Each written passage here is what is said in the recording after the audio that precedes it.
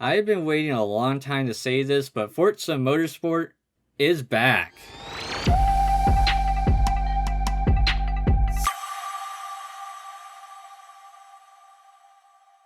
I happen to be one of the selected few that has been given preview access to a small portion of the game thanks to Turn 10 Studios. Now, unlike some other content creators that will be releasing content over the next few days, there is a few things I would like to outline that the public needs to know. Like I have mentioned, this is a very small preview demo, meaning I cannot check the car list, the paint booth, go online, or check out pretty much anything in fine detail since this is not a full game. At least, not for now. However, the demo does showcase a few things the community has been curious about, and I put timestamps all throughout the video to give you some freedom to skip around as you wish. So let's dive right into where it all begins.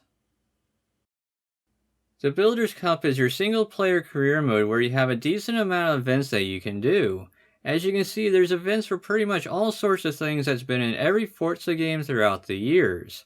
What I'm going to be highlighting will be the introduction area when you start off the game, because from what I have played, it's a very well thought out tutorial for newcomers. At the beginning, I had a choice of 3 vehicles, and each one had a different type of drivetrain. I originally thought about picking the Honda Civic, but I decided to choose the Subaru since I was curious if they brought over the same customization from Horizon 5. Now, each builder's event has a practice session before you do a race, but don't worry, you can actually skip this in the future when you finish the introduction portion of the game. The 3 tracks I had to use was Grand Oak Raceway, Mugello, and Kyalami. Each track was showcasing different types of dynamic lighting, from fog, night, and traditional daylight. Throughout the tutorial, the game showcased a few things I want to highlight, like for starters, the Drivatar area. You have an option to make them faster or slower, however you have pre-selected rules instead of customizing every little option as you wish.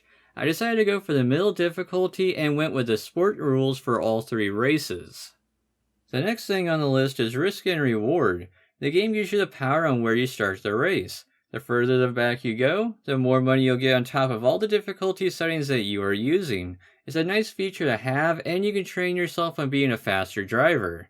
And a little feature that I don't believe most people will notice right away will be hidden right before you start the race. As you can see, you can cycle through the driver list that you are versing.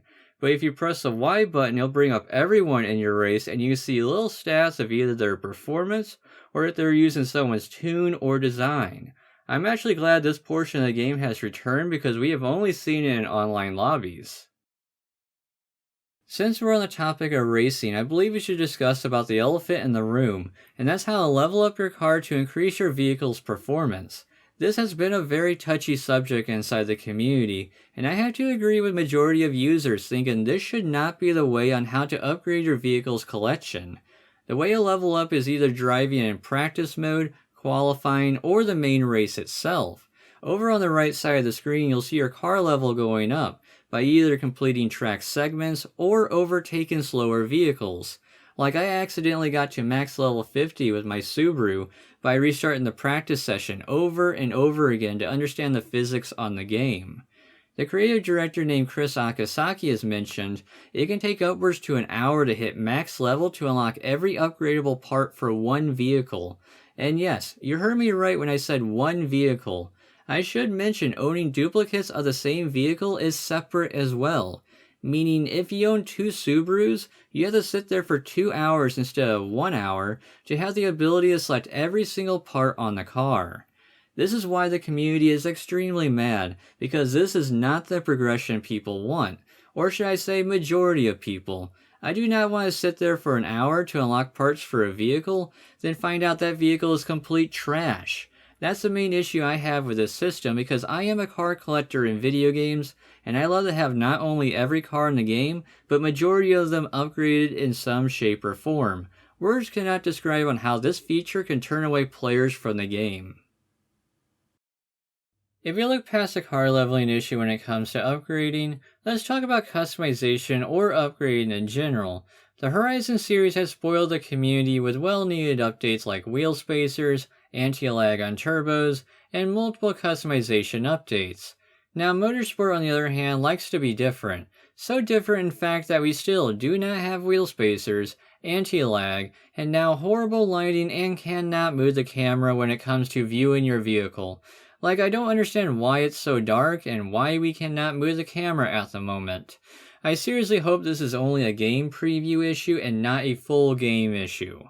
Anyways, if you're returning to the series from either Motorsport or Horizon, then you should know that majority of the upgrade options hasn't changed all that much. We still have engine upgrades, suspension, tires, aero, and conversions for engine swaps, wide bodies, and turbo/superchargers. Well, that depends on the vehicle. But don't worry, there is some new things I have noticed in not only the upgrade menu, but the tuning menu. Let's start with the upgrades. In this preview, we can now have the options of different levels of ballast in your vehicle that can affect your weight distribution. A very welcome addition to the game. The second thing is under the rear bumpers, and we now have the returning tow hook from the original Forza Motorsport game. I never thought I would see this option again. And the third thing is under hoods, and it looks like we may be seeing hood pins for multiple vehicles in the future. So another welcome addition for those track day warriors. Now if we look over on the tuning side of things, we are greeted with pretty much the exact same tuning screen that we had since the original Forza Motorsport from 2005, but we now have two new sections. The first area is suspension geometry for roll center and anti-percent. I do wonder how much this will affect tunes in the future, so we'll have to see. The second area is steering wheel settings for each vehicle. A very welcome addition because some racing games you need to readjust this stuff every time you change vehicles, which gets extremely annoying. Another key feature that people will be curious about is handling/physics. Like, does a vehicle still feel like it's driving on ice when it's upgraded all the way? Is it better than Motorsport 7? Or has there been any massive improvement between steering wheels versus controllers? Let's get the easy one out of the way. Does a vehicle still feel like it's on ice when you try to push high horsepower vehicles around tight tracks? The answer is yes, but not because of lazy development. You have to think about statistics and how that would work in real life. Do you really think 1300 horsepower in a production car is going to handle like a full-blown race car? No, it will never get to that level in real life or in video games. As for comparing it to Motorsport 7, there's definitely a lot of improvements I have felt, and I'll take this handling model over Motorsport 7 any day of the week. It feels like there's a good mix of grip/risk, and I'm really curious to see how the new age of leaderboard people is going to push the game engine to the limit. Every game also has its meta vehicles and meta tuning. There used to be a very similar strategy for every Forza game until Horizon 5 came out. When that happened, things were slightly changed from new tire pressure amounts and newer anti-roll bar settings. Outside of those two, everything else was pretty much the same or untouched. I have a feeling Motorsport is going to have that same effect. Now, where to begin on the debate is steering wheels are now closer to controllers when it comes to lap times. I'm happy to say I do believe there has been a massive step on getting wheels closer. The wheel that I used during this preview is my trusty old Thrustmaster TSXW, and I'll admit I'm not the greatest on using a wheel, especially in Forza games, but I can say with a more experienced wheel user, the times can be even closer in certain scenarios, but the controller is still faster. Oh, the Drivatars. I have a bone to pick when it comes to the Drivatars system. They have said more than once that the old system from Motorsport 7 has been thrown away and rebuilt, but I can't shake the feeling that the original code is still there. I have ran into multiple scenarios where one or two Drivatars would simply take off and you cannot catch them. This has happened on every difficulty setting, and it honestly reminds me of Horizon 5 with how broken their AI system was at launch. They were pulling some world record times back then, and it was wild. I'm willing to let them slide since they have told us this was the old version of their AI, although I wasn't the only person running into this problem, and I strongly believe the full game is going to have this problem at launch, at least in some shape or form. As for FRR, or Forza Race Regulations, this has been first introduced for online lobbies for Motorsport 7. The idea was there, but it was poorly executed on either not catching the people causing problems, or the penalties wasn't strong enough. As for the new game, FRR is now part of pretty much everything from single player to multiplayer. From what I have seen, it is working as it's intended, from pushing people out of the way, cutting the track, but it doesn't trigger anything if you spun around and started driving backwards. It does catch a few head-on collisions, although I'm definitely curious on how the online lobbies will handle this. Well, outside of ghosting the player so you cannot hit anyone. There has been a few surprises that caught my attention because I only expected racing. The first thing is photo mode, and let me just say it's exactly the same as Motorsport 7, and it does not have any of the improvements from Horizon 5. Here's a side-by-side of the new Motorsport next to Motorsport 7 and Horizon 5. I was expecting the broken shape and sampling options would have made it over, but other than that, this is a disappointment to photographers. Next is ForzaVista. Not sure why, but I did not expect this to work at all because we cannot change your vehicles the correct way at the moment. I should also mention that I could not enter the other side of the garage. It still has that circle-like boundary that we have had for years. But I did notice ForzaVista wasn't fully working. When you enter the Cadillac, I could not use my right analog stick to look around the interior. That should be fixed in the full game, but if it doesn't, you know I'll say something about it. Let's divert the topic over to game settings for a moment because there is a lot to unpack here. Forza in recent years have been on the forefront of accessibility, on making sure every gamer can enjoy their games. Horizon 5, for example, has pushed the boundaries on adding sign language, and now the new Motorsport is focused on blind driving assist. A while back they released a video talking about some of the audio cues that you can adjust in the game. From steering, navigation, AI takeover, track limits, and many more. Here's an example on what the game explains about turning cues. Approaching each turn, you will hear these 3 turn countdown cues, so you know how close you are to the start of the turn.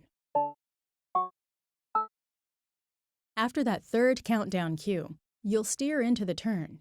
Immediately after, you should hear the first of 3 turn gate cues. As you continue through your turn arc and reach the midpoint or apex of the turn, you'll hear the 2nd turn gate cue. Once you hear that 3rd turn gate cue, get back on the throttle and safely exit the turn. For situations where there are a series of connected turns, the turn countdown cues will only play leading up to the first turn. You'll know you've exited the last turn in the series when you hear this higher-pitched version of the turn gate exit cue. I have to say this technology is very, very interesting. So here's some footage of all the blind driving assist turned on. 4th. Left 5. Right hairpin into left 6. Right 3. 3rd.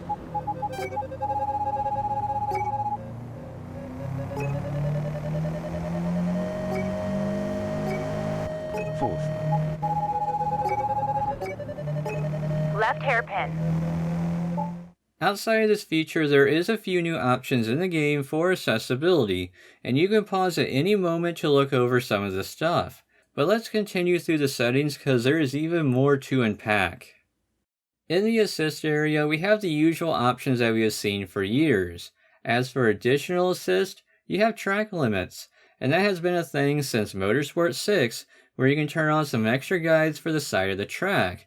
But the pit entry assist / reset to track is a new feature. Moving on to gameplay, it's the usual selection, but you can pause at any moment, like I said before, and read what the description says on the right side. Although, the audio on the other hand hasn't seen any true improvements, but the options are still decent enough. As for video, we have 3 options, but they are locked in this section because the game is already running.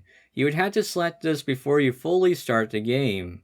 Anyways, you have performance with ray trace, or full-blown visuals for maximizing everything at the cost of using 30 FPS. This option is great for photographers or someone that just doesn't care for 60 FPS. Now, controller settings is nothing spectacular. Same could be said for advanced controller, keyboard, and language. The last area, on the other hand, has caught my attention. You have team credits, achievements, but make a suggestion and report a bug? Selecting making a suggestion will show a QR code that you can scan on your phone, and it will send you to the Forza forums. And reporting a bug will send you to the Forza support page to submit a ticket. Both of these options are actually great little features, which I hope some people will actually use. It feels like I rambled on long enough. Overall, the game has some great improvements, while certain areas need to be revised, like vehicle leveling for upgrades. I do hope the overall game is decent, because if it's not better than Forza Motorsport 7, then it'll feel like a dumpster rolling down 5 flights of stairs while on fire.